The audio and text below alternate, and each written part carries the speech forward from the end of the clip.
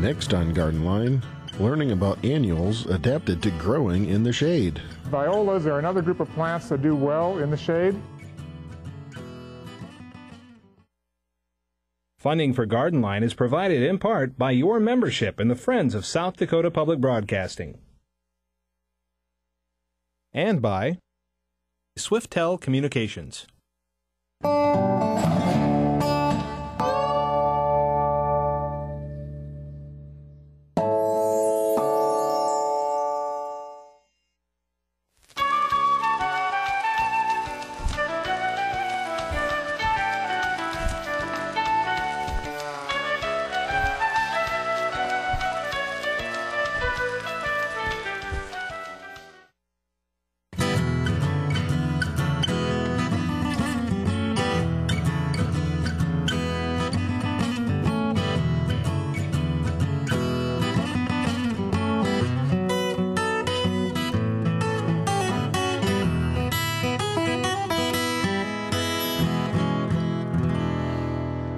Hello and welcome to Garden Line. I'm Stephen Monk. Tonight on our show, we will go into the greenhouse with Extension Horticulturist Dave Graper to learn which annuals are best suited for our shaded areas. And also, our panel of lawn and garden experts will answer your questions, so get ready to call in. Our panelists are here with the most up-to-date information about gardening, lawn care, insects, trees, and a host of other lawn and garden-related concerns. Joining me in the studio to answer your questions is John Keycafer, Brookings County Extension Educator, John Ball, Extension Forestry Specialist, Larry Osborne, Extension Plant Pathologist, and Mike Meckning, Extension Weed Specialist. You can start calling now. The phone number for you to call with your lawn and garden questions is 1-866-595-SDSU. Again, that is 1-866-595-7378. Helping to answer the phones tonight are the folks from the Brookings Area Master Gardeners. And remember, when you're calling in with your questions, please provide your phone volunteers with as much information as possible about your garden problem. Be ready to provide a description of the problem, when the problem first appeared, whether it's affecting any other surrounding plants, and moisture and soil conditions that exist around the plant. First off, we will go around the table to hear from our panel what is currently happening, starting with you, John. And John Keycafer. We have two Johns tonight. Two Johns, yeah. Well, I brought in a couple photos of some insects that people are probably seeing out there. I know we've seen a lot of them around Brookings, down to Sioux Falls, up by Watertown. Pretty much on the eastern half of the state that I know of, we've seen a number of these flying already. This is a wasp in the genus Polistes. This is a paper wasp or paper-making wasp. And these are the wasps that you find building those kind of open-faced nests under eaves later in the season. They'll start now, and those nests will be quite small, but as the season goes along, you'll end up with a nest that's maybe the size of a softball cut in half, and 15, 20, 25 of these wasps on there. So really, if you've got them underneath an eave, this is the time of year to do something about them. Get them before they build up to decent-sized numbers, because right now you can go up with an ice cream pail or something like that and just scrape that nest off with the wasp on it, hopefully. Use a little care so you don't get stung, and close that up and put it in the freezer, and you're done with that wasp. If you wait too long, then you've got a lot of them, and you have to watch out for attacks from the back while you're trying to get the rest of them. So the other stinging insect that I brought in that some of you are probably seeing out there, some of the early wild bees are out right now. This is one in the genus Andrena. This is one of our native bees. These things come out early in the spring. These things are on some of our very first flowers to open. And they're an important pollinator for a lot of those early flowers. And they're kind of a nice indication for anybody who's interested in those mason bees. Some places sell mason bees, and we have people who put the nests up. Once you start seeing these other bees out moving, it's a good time to get those nest tubes or nest blocks out for those mason bees and the other native bees. Okay. The wasps, John, did they hatch this time of year, or are they carrying over from last year, over the winter? They're carrying over from last year. They're the females overwinter. They look for some protected place to survive the winter, and that's really what is happening at this point. We had great snow cover over the winter, gave them a great chance to survive. We didn't lose very many of them over the winter, and so there are large numbers of them out there. I think almost every house you see a couple of them bouncing around the walls right now. So homes wouldn't be uncommon in the walls, because it's not uncommon. It's not uncommon to get calls in the office where they're found between the windows in windowsills. So right, yeah, and they will come into homes in the fall. They'll try to get in to overwinter in a home. People don't notice them in the winter because they just kind of lay there. Weather warms up and they get out there and start moving. Good, thank you. John Ball, what do we have in the tree area tonight? Well, I was thinking that was a lot like people lay around in the winter and now getting active. Not a bad idea. Yeah, really, it works for me. Well, the call of the week, month, day has been all the pine trees are dying. You know, it just seems a continual call. I don't care where you are in the state. You're calling up or you're noticing that all the pines are discoloring. And I brought in a few pictures of them. You'll see the general browning of the foliage throughout the pine tree. You'll also sometimes find, as you can see here, that the tips of the needles are browned out as well or dead. But the key thing to look for is the bud is still nice and plump on this one. And so we're really looking at two problems. We're looking at winter burn, which was very severe this last winter. We went into winter very wet, which sometimes is not a good thing. That actually can result in a lot of root damage, and actually they go into winter less able to survive the cold temperatures than better. And then we're also seeing a lot of Dothrosoma needle blight. It's a fungal disease, but it only attacks the needles, not the twigs. It's not like Diplodia. The needle blight, there's not much you're going to be able to do right now. This is all the infection from last year, though it can be treated this spring.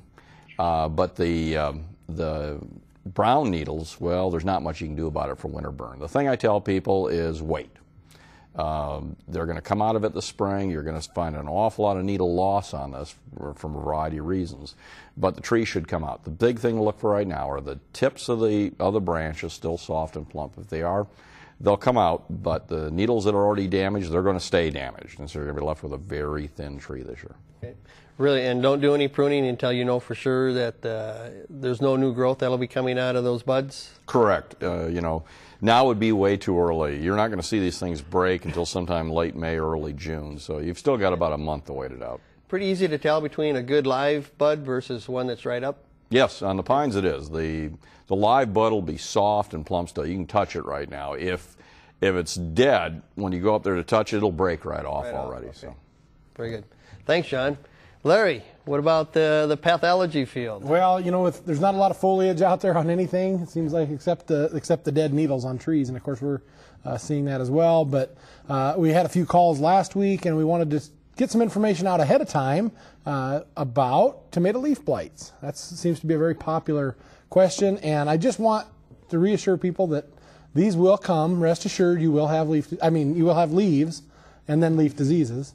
But first we show you, the first slide here is early blight, and called Alternaria solani, or other Alternaria species can produce this, but it's a fungal leaf blight. You see those target spots or those annulations in each particular lesion. That is the daily growth of that fungus, and so it makes kind of a nice target pattern, and they're fairly large, and that's a good way to identify early blight.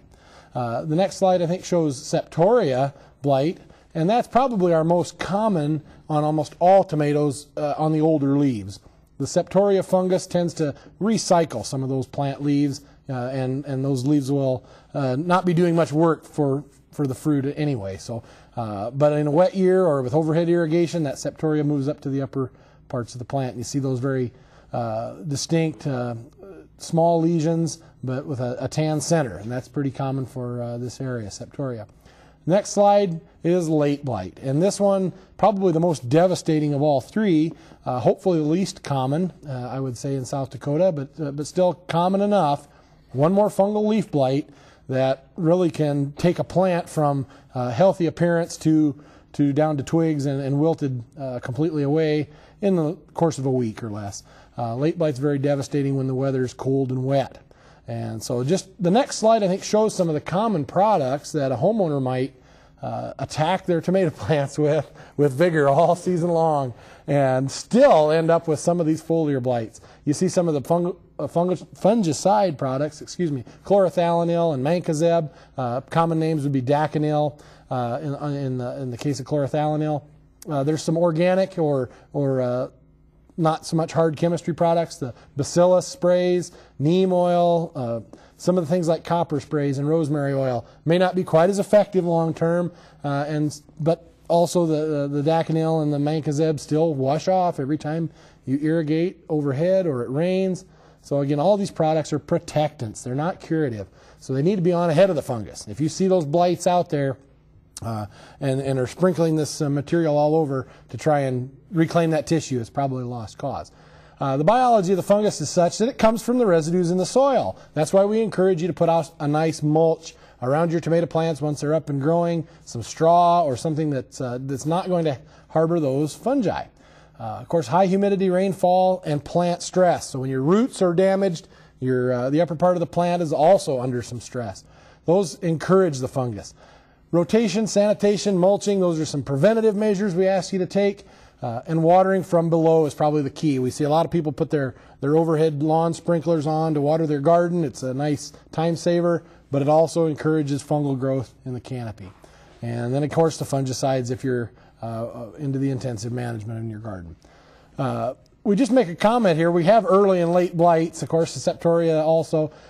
Tend to see the late blight during the cooler parts of the season, and then the early blight when the weather warms up just a bit. So a little bit of a misnomer, but in the end, we see those throughout the season, different times, different parts of the year. Get those old tomato plants out of there. Don't throw that coal pile right next to your healthy tomato plants, because those spores will travel in the air when it's wet and cause new infections. And so those are your tomato blights that hopefully someday we'll have to fight, because that means we have healthy tomato plants growing in the garden. Okay. So a lot of cultural control measures can be taken. And if they're going to water overhead, preferably not in the evening if they are going to do that. Right. I think morning so it dries off during the day. Mid-morning there, and that way it evaporates right away and the soil can take up that moisture. Again, mulch is a good way to keep that moisture in balance.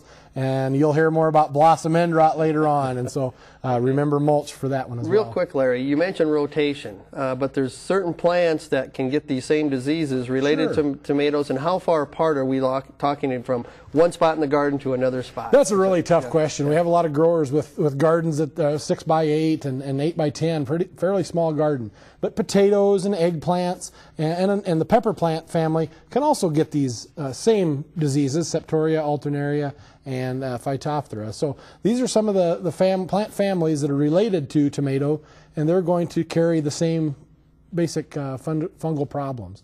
And so encourage you to keep those moving around the garden, especially the Phytophthora, because that gets in the soil and can actually infect through the roots as well.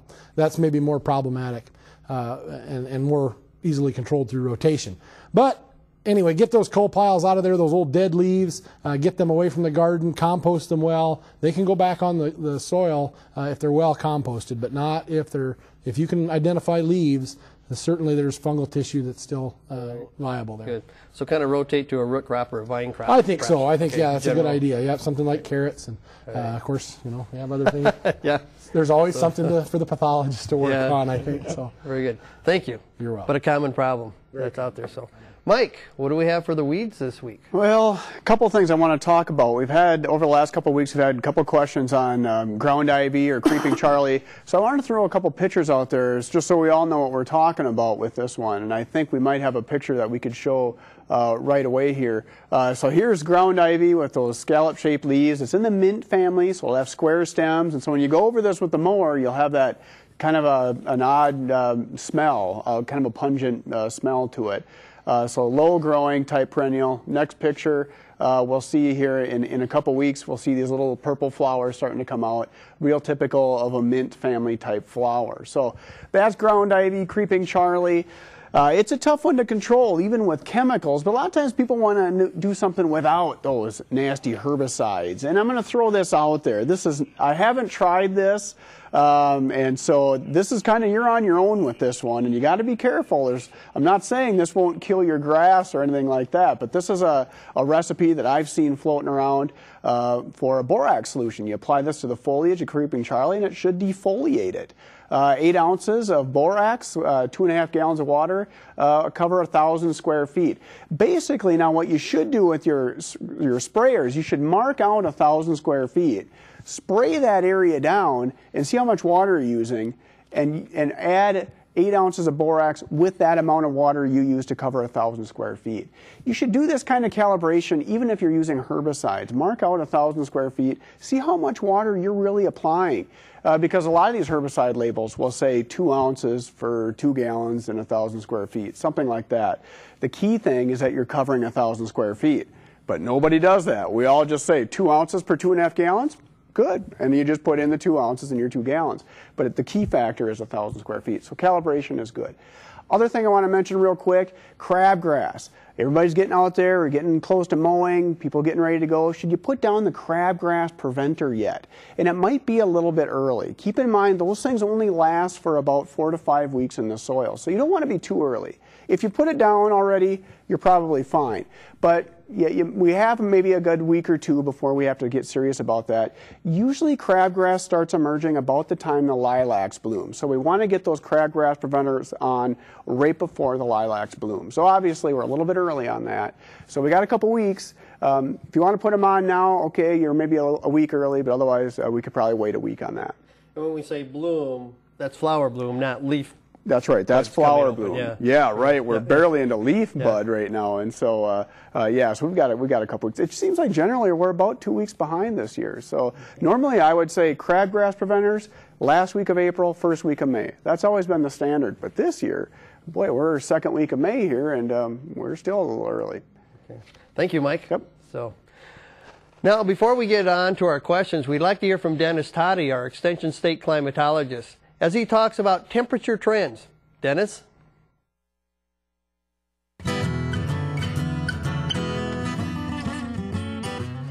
This is state climatologist Dennis Toddy with this week's Garden Line Climate Update. Warm temperatures from this past weekend have people ready to progress planting in their garden, and some have already. But how safe are we from frost at this point? The image we see here shows the median occurrence of the day of the last frost over a recent 30-year period. When we say median, that indicates that half the time the frost occurs before this date and half the time after this date. You can see in the southeast part of the state we are just after that median last frost date, so we can still have it, but we're kind of on that downward slide. Much of the northwestern parts of the state have a carryover into mid-May for that median day. Remember, about half the time climatologically you have frosts after this day. But within about a week, either side of this date is a good time to assume the last frost can occur. Thus, we are close or just past that median day at this point in the year. I would say plant cautiously, but be ready to act if colder temperatures do occur. For this year specifically, we have another cold pool coming into the state this weekend, which will bring lows into the 30s across much of the state. Right now, low temperatures look to stay above freezing, except for some very susceptible spots for frost. Watch for more current forecasts for changes to these outlooks. Frost data, maps, and links to forecasts are available at our website, climate.sdstate.edu.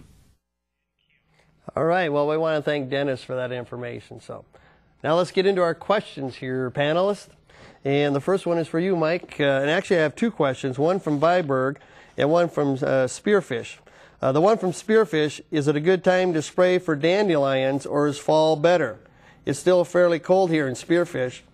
The other question from Viberg is also spraying for dandelions, but the sprayer is on the back of the lawnmower and wants to spray behind the lawnmower while cutting the lawn with dandelions. Will that hurt the turf by doing that? Okay, so first, is now a good time to spray dandelions? Now that the yard is turning yellow, it looks, now it looks scary. Should you be out there? And you can, but dandelions are perennial, and so with any of these perennials, even that creeping Charlie we talked about, if you're applying herbicides in the spring, you're really basically just defoliating the plants. You're not going to get the root, and that's the key thing we need to get with these perennials. So if you want to defoliate it, if you want to curl up those flowers and prevent some seed production, okay, fine. But go back this fall, and if you make those fall applications, that's when you'll get really good control. So, so keep that in mind. Right now, you're just kind of defoliating things if you're putting herbicides down. That sprayer behind your lawnmower, yeah, you could do that. I mean, granted, you're going to cut off some of that dandelion, and but there'll still be enough there for foliar contact. You could do it.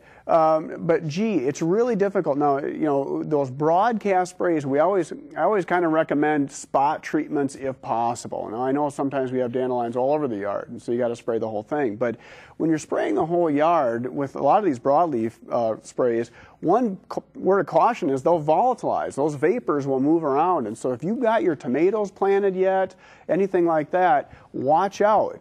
Those vapors could move out and damage some of those broadleaf plants. So if your garden isn't in yet and you don't have a lot of your broadleaf flowers out and, you know, things are still pretty dormant, yeah, okay, maybe you could get by with it. But just that would be my biggest precaution, is watch out for vapor drift. Otherwise, efficacy should be okay. Granted, we have some warm temperatures. You generally want temperatures to be 55 degrees or higher for these herbicides to work. All right. So the dual job isn't going to hurt the grass per se, but it might reduce your effectiveness on your dandelions because you're mowing the surface area off those leaves. Sure. The big thing you want is to have as much leaf surface area as possible on those weeds. That's the big thing. Grass won't matter a lot. It won't hurt the grass at all. Okay. John, I'm going to give this one to you. Pasque flower. Small patches of pasque flowers. Wants to encourage them to spread, however. It does have competition with brome grass. There's no grazing in this area. It's on the side hill. What can she do to help them spread? Well, they don't spread as much as many other plants do. They just form clumps. And ours are in bloom right now. And like you say, we're late by several weeks. But the best thing you can do is try to mow and reduce the competition around it, work up the soil if they can. The more space around it that it's not competing with grasses, the better. But this is not going to be a plant that's going to spread, for example, like lily of the valley, where you'll have this broad patch of it. It's going to be more clumps, like a bad hair transplant, I guess would be the best way to describe it. That was from Garrettson, is where that one came from. This one's from Colton, John, staying with you here. Arborvitae wants to plant arborvitae as a windbreak west side of the house, lower to the ground. Wants to know what kind to plant and what kind of conditions would be best for the success of the arborvitae. Well, see, that's an interesting question, because usually what we say is you need something to protect the arborvitae from the winter, as opposed to being used for winter protection. And did they also say they want it low growing? That's correct. Well, now we're out of luck. Well, excuse, I take that back. Okay. It's lower ground is the way it looks here. Okay. Yep. So, well, the best one of the best ones we have is Rushmore, which is a South Dakota State University introduction. That's going to get about 5 feet wide or so and about 15, 20 feet tall. But it doesn't really have any problems with winter burn. Now, again, I wouldn't plant it in a wet spot. If it's wet right now, I mean, you're walking through and it's spongy, that's probably too wet for arborvitae, and they're not really going to find any evergreen that does well. But if they just say it's lower, then either Skybound, which is a a Manitoba introduction, but hard to find, or the South Dakota one, can't be better than that, Rushmore, and that's the one I would recommend, and that'll hold itself up in the wind. Yeah. Sometimes what we tell folks, if it's too wet, well, how do I know? We would tell them to dig a hole about 10 inches deep. Mm-hmm. And if they come back the next day and there's water standing in that hole, would that indicate a fairly high water table and maybe conditions would be too moist? Yeah, or like much of my yard, if ducks are in it right now, you know, that's a good indication too. But yeah, if right now you're walking and it's wet, that's probably not going to work for any evergreen. Okay. For me, the arborvitae want to be eaten up by the rabbits during the winter, up to about 3 feet or so.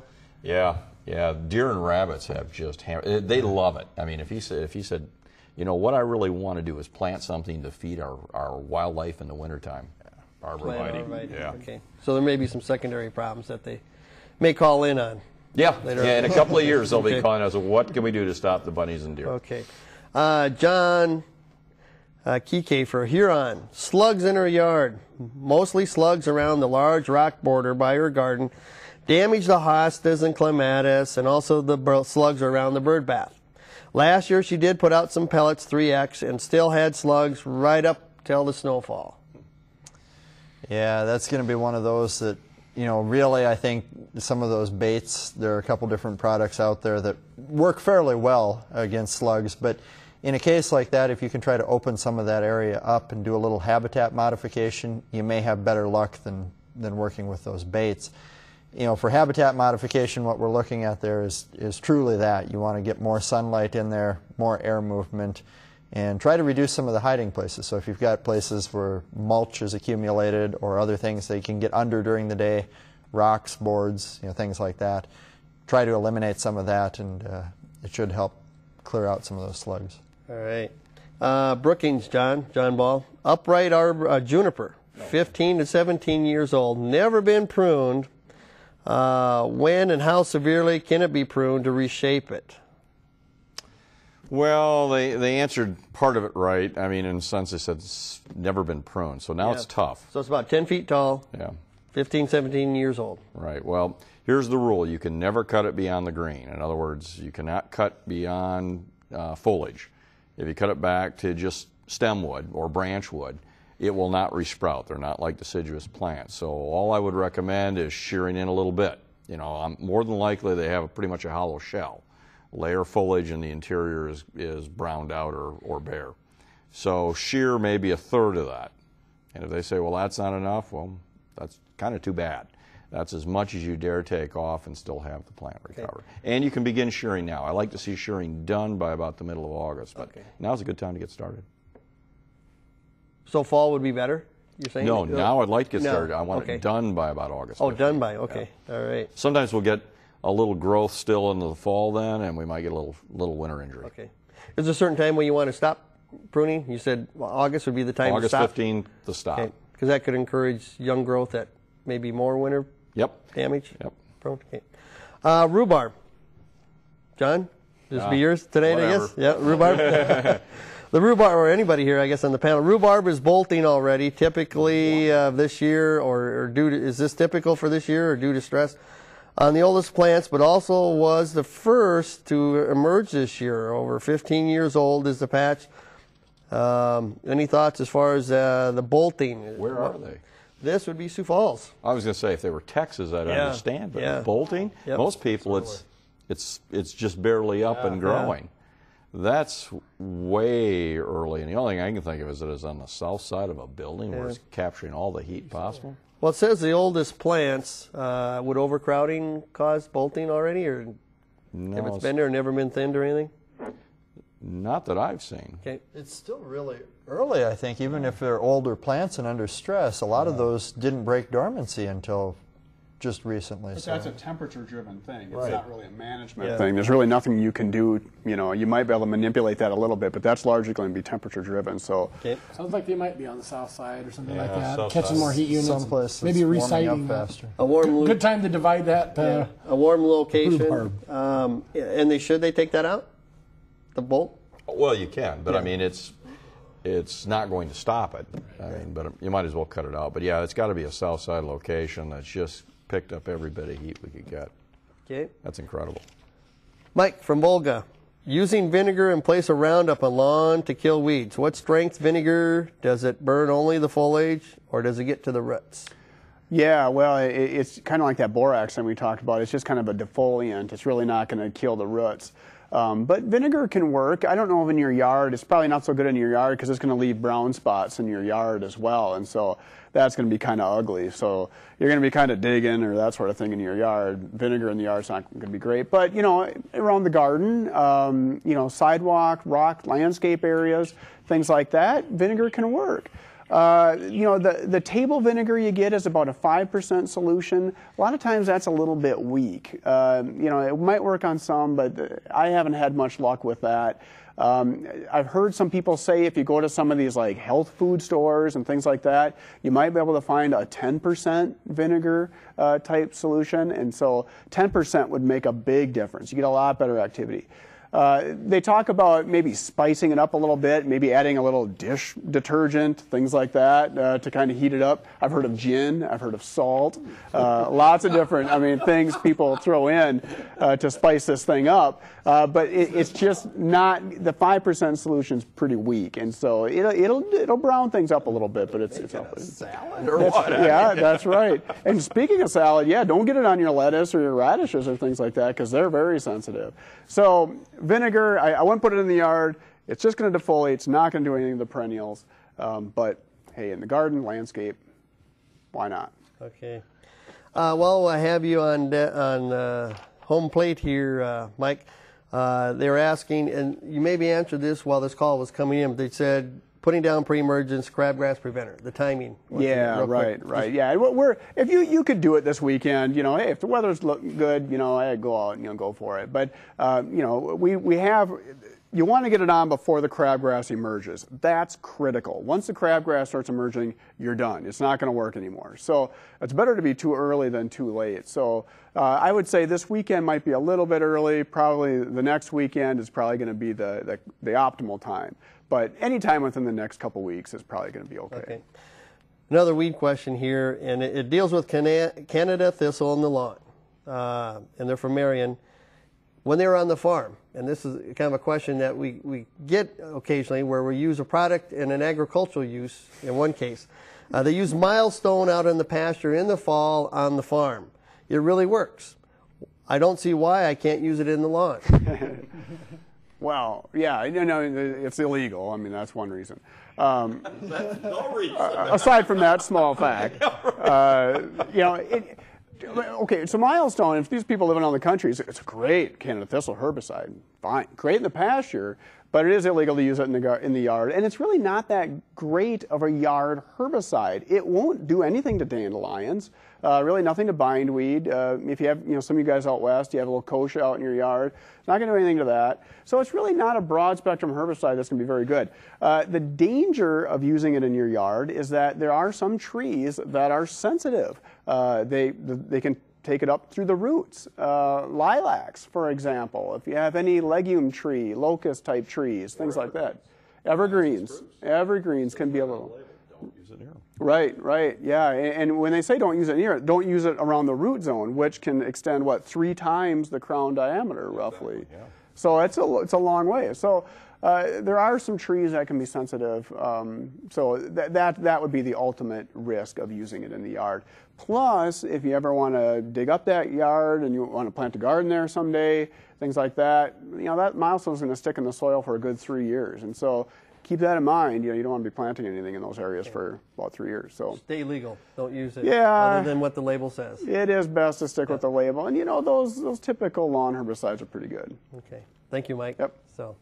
Well, Garden Line visited a greenhouse with David Graper, Extension Horticulture Specialist, to learn about annuals. Dave explains which varieties are good choices to plant in shady areas.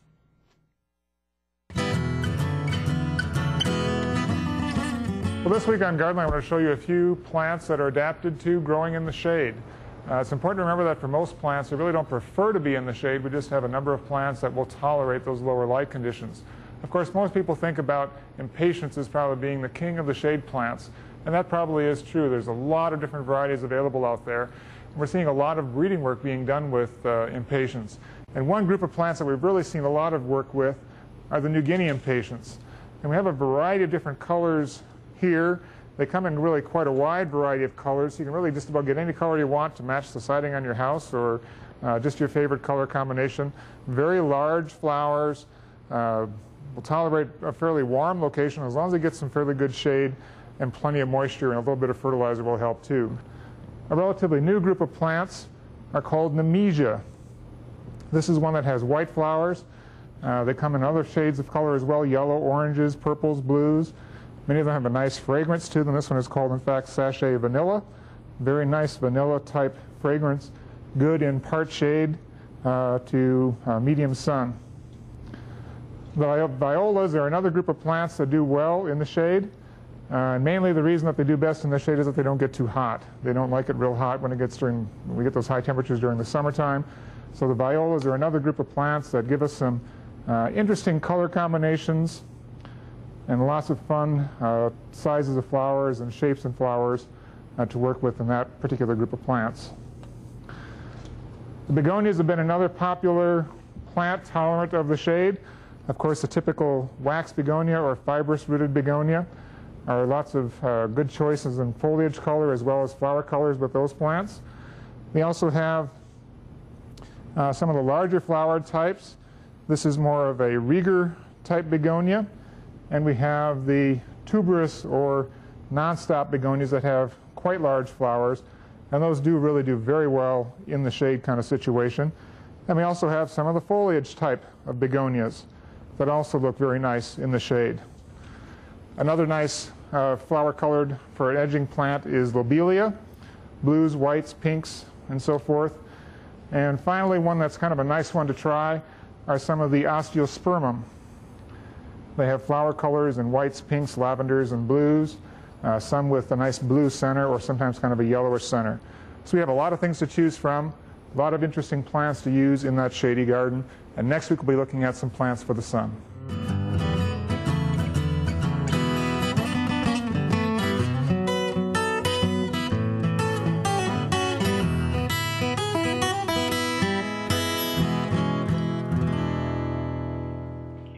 All right, well, we want to thank Dave for that information and some upcoming events that you saw there on the calendar. So, we got a question for you, Larry. Yes, sir. Here we go from Brookings. Mushrooms just sprung up in the lawn, dark brown in color, spotted when the city, well, the spot where they're coming from is where the city took out a tree 2 years ago.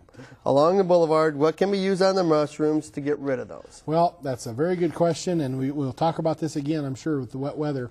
Mushrooms are going to be everywhere this year, sprouting up in areas you didn't know you had mushrooms. The wet weather, the organic materials there, perfect situation here. You have an old stump. It's about time that wood has started to break down. The other fungi have left just enough material for the mushroom fungi. That group of organisms love that situation. They're going to come up. Not much you can do about it outside of removing the bodies as they come out. There's not much in terms of applying chemicals, those kind of things. People want to use fungicides, just not going to be effective in my opinion. Getting rid of the wood is the best bet, and probably that stump grinder that came in there did some of that for you, but there's going to be a lot of root tissue that it's going to take a long time for some of that to go out. But again, I've seen it 10 years with old stumps, and I said, I'll bet it's an old elm.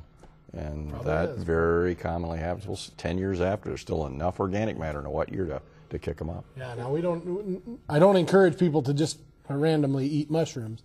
But that's good. but because of course, obviously, there's problems with poisonings and other things, and not everyone reacts the same way.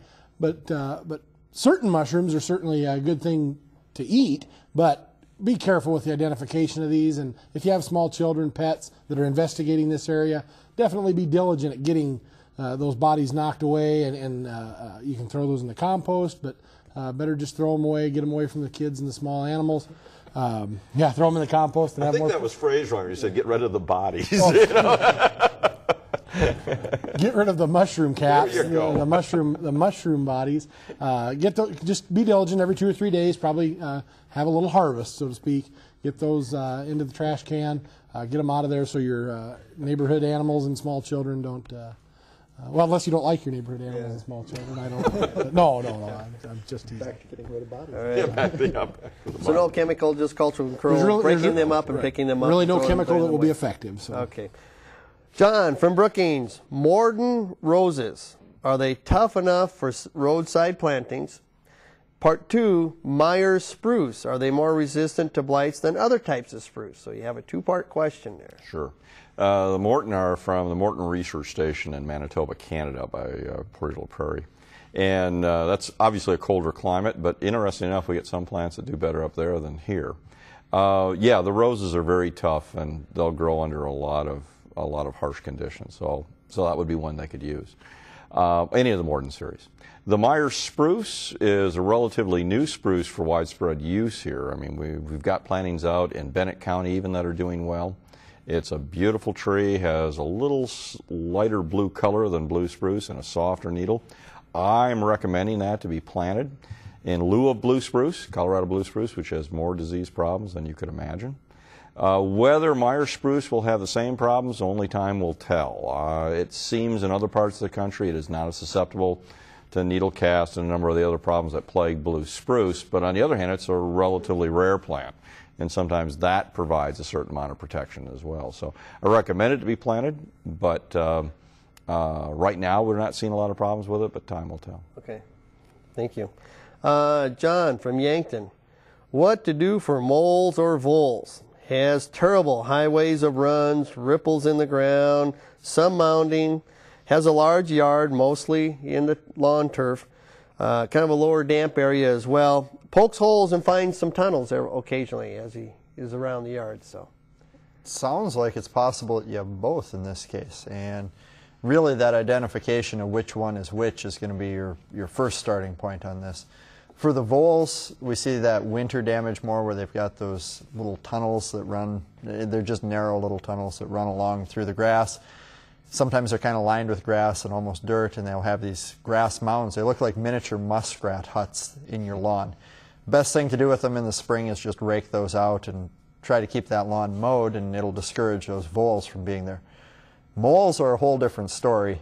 They're going to be tunneling around under the soil. You see those bumps that appear, usually some fresh tilled soil that comes up.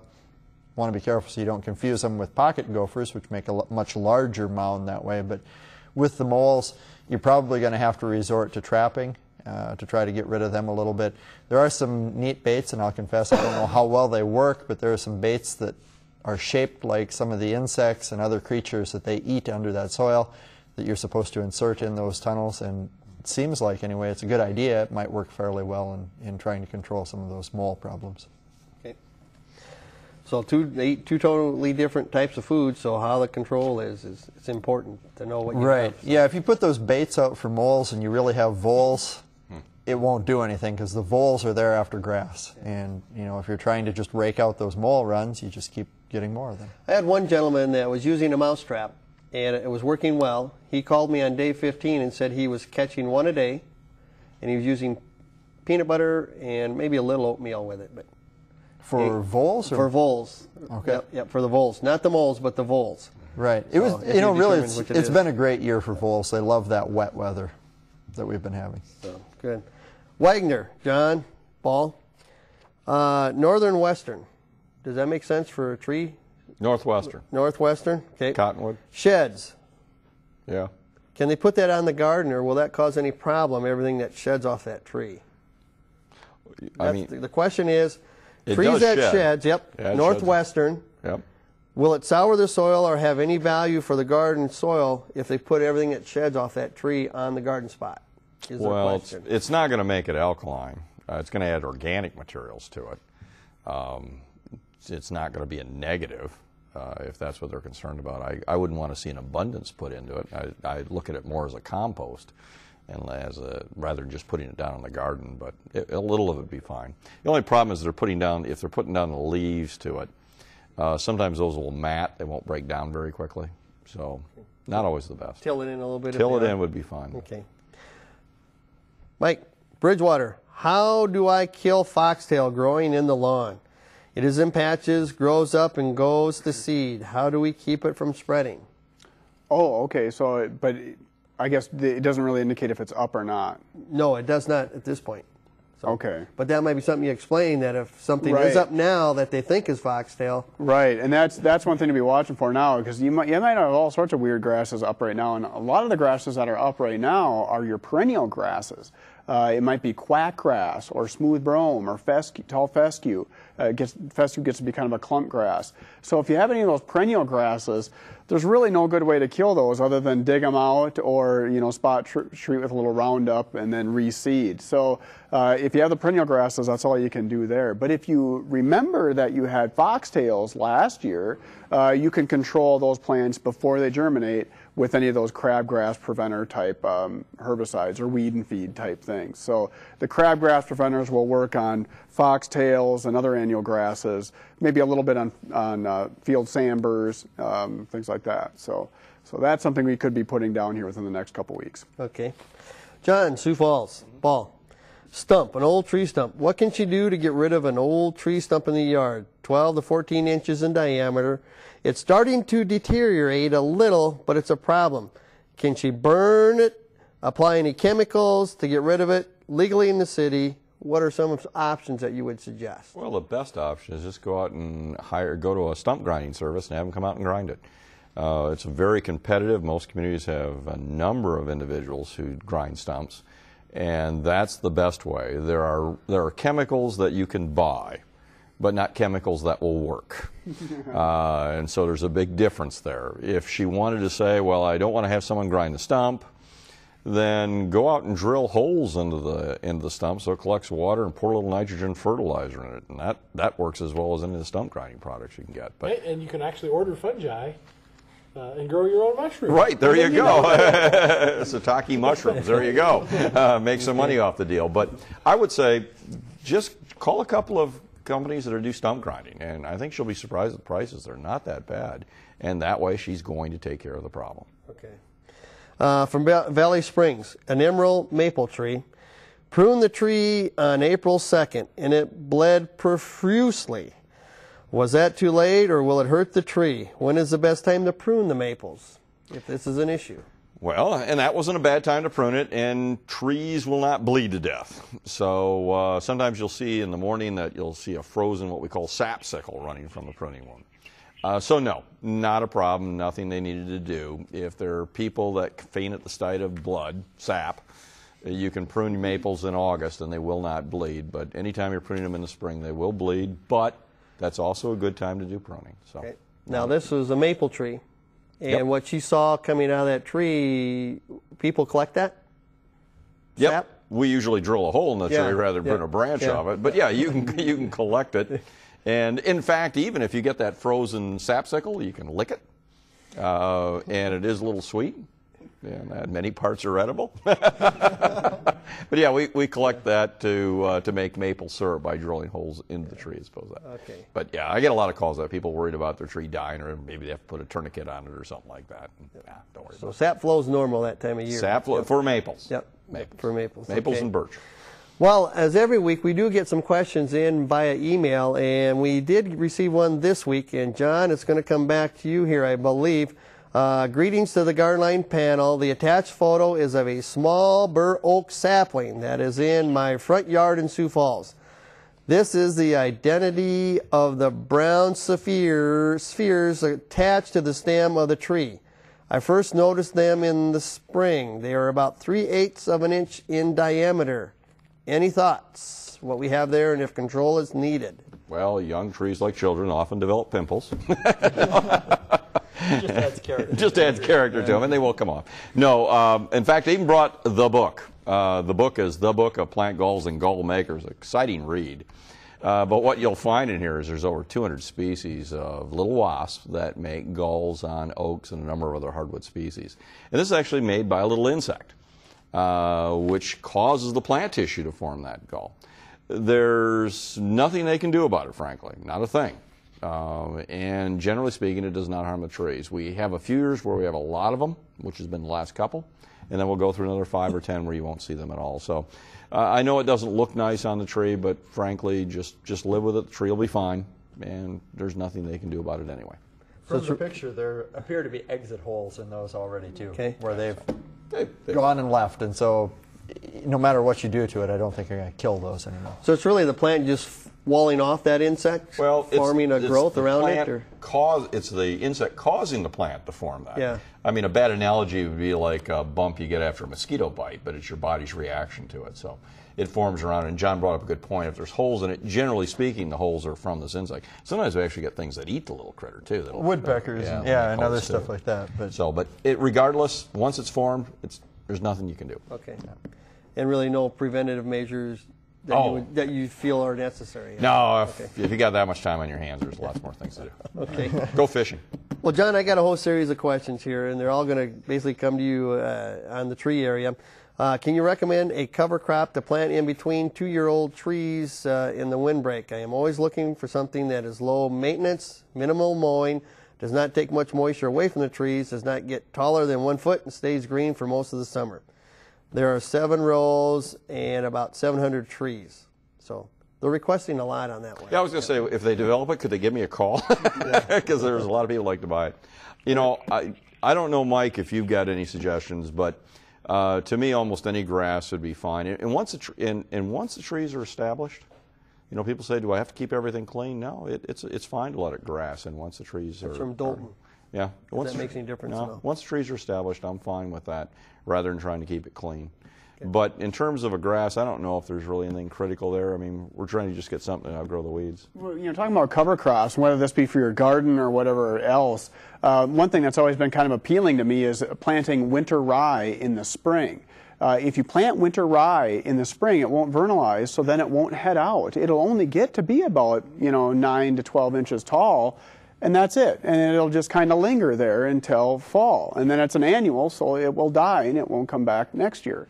So that's always been kind of an intriguing cover crop. I've never really found a good use for that, but there's got to be a use out there somewhere. Well, but he was talking about mowing and that. And I was wondering if you're going to bring up using something mixed with white clover in it or something like that. Yeah, white clover would be a cover. Eventually that's going to get, invaded with smooth brome and those types of things. So he's looking for something, I think, that he doesn't have to mow or maintain. Did he say mow much? He said minimal mowing, low maintenance, does not take much moisture away from it. And so that's where that winter wheat planted in the spring would, it would only grow at 12 inches tall and then stop, and it would become. I like that. That's so, but I don't know how practical that's going to be, really. Local farmer's elevator probably would have that seed or access to that. Sure. It'd be worth trying for the shirtless. Yeah. It'd be something to try. Yep. Okay, good. They can call back and tell us how. That would be great. Right. That's pictures. Yep. Okay. This one, I have removed 2 old evergreens that left about a 20-foot circle where they were at, about 2 inches thick, full of needles that came off those trees.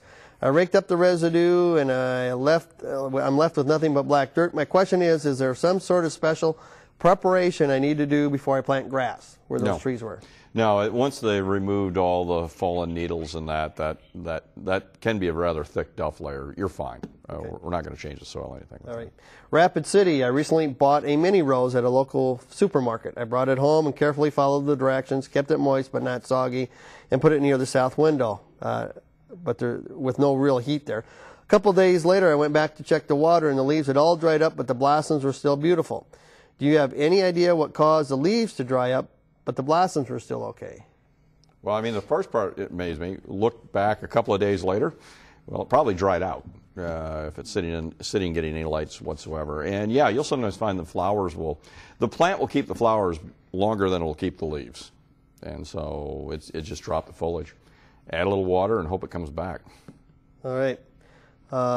This one is on blackberries. Will they survive here? I live in south central South Dakota, Kimball area. Yeah. Well, first of all, I want to make sure, are we talking blackberries or black raspberries? And the difference is the blackberry, when you pull the fruit off, it's still going to have a little cap in it. A raspberry is going to have that little cup or hole. For blackberries, no, because it's too cold. But here's a neat idea. If they want to try something, Prime Jane and Prime Jim. They're actually developed in Arkansas, which I know you're all saying, what's the climate in Arkansas? Yeah, it's warm. But these are fall-bearing blackberries. They're one of the first. So you don't worry about does the top die over the winter. You're cutting it to the ground anyway. You're treating it like our fall-bearing raspberries. And so these have been planted north in zones 4. And even occasionally zone 3, but there you're going to need a good snow cover. But if they say, I really want a true blackberry, I would try the new fall-bearing blackberries that they harvest the fruit in the fall, then cut the entire plant down to the ground. But it's Prime Jane and Prime Jim. And no, you don't need both. You can either go with Jane or Jim. Yeah. Okay. Black Hawk. I'm thinking about growing table grapes. My pH is 7.5. Any idea as far as varieties? Well, I'm glad they mentioned pH, because one problem with growing grapes is alkaline soils, they will become chlorotic, and that's kind of pushing the limits at 7.5. Valiant grape, of course, is the standard for South Dakota. It's certainly going to be hardy. I would try it, but make sure it's on very well-drained soil so they minimize the impact of being on an alkaline site like that, and hope the leaves don't turn yellow. All right, night crawlers. John Kiekefer, or whoever wants to jump in on this one. Do night crawlers make grass spotty? We've got some bare spots. We've got lots of night crawlers, and I do have something else to worry about. Or do I have something else to worry about other than night crawlers? I would guess in this case you're probably dealing with something else, and I would look underneath there for, first of all, white grubs or bill bugs, and then possibly at some other causes out there. Sometimes you get questions like this and it turns out that there's a pet that's causing some of these issues. Dog. Yeah, that one can always be a big one. Or you know, even some of the fungal diseases can get in there. We're having some rhizoctonia pop up around the state. It's a little cool for it, but it's maybe it was infected last year, and the patches are still tough to come out of. But it's not the earthworms. No, it shouldn't. Not the night crawlers. No. Snow mold? Snow mold, yeah, by now that's probably, and that certainly could be a problem, but by now that should be coming out. If you've done a good raking and a cleanup mowing, the snow mold should be disappearing, the damage from that. Okay. So again, this was another good year for snow mold, like last year. So if you noticed the tops, it's kind of a defoliant. It eats that old tissue, so it shouldn't be a problem. All right. Okay. Good. Thank you. Well, that's all the time we have for this evening. Just to let you know, Gardenline does repeat twice each week on South Dakota Public Broadcasting Digital Channel 3, also known as the Create Channel. The encore broadcast can be seen Thursdays at 11 a.m. Central and Saturdays at 4 p.m. Central. Check your local listings to find SDPB Digital Channel 3 where you live. Now time to wrap up, and thanks to our panel of experts. John Keykafer, Brookings County Extension Educator, John Ball, Extension Forestry Specialist, Larry Osborne, Extension Plant Pathologist, and Mike Meckning, Extension Weed Specialist. Also, thanks to our phone volunteers, the folks from the Brookings Area Master Gardeners, and thanks to you for watching and calling in. On behalf of the entire crew, have a good evening and happy gardening. We'll see you next week.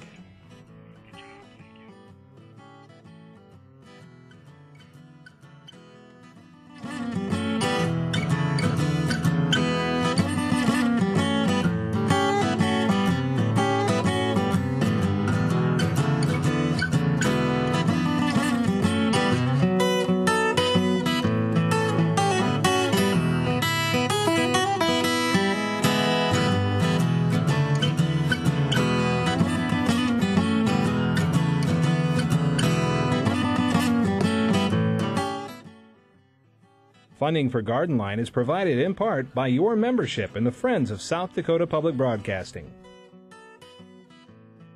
And by Swiftel Communications.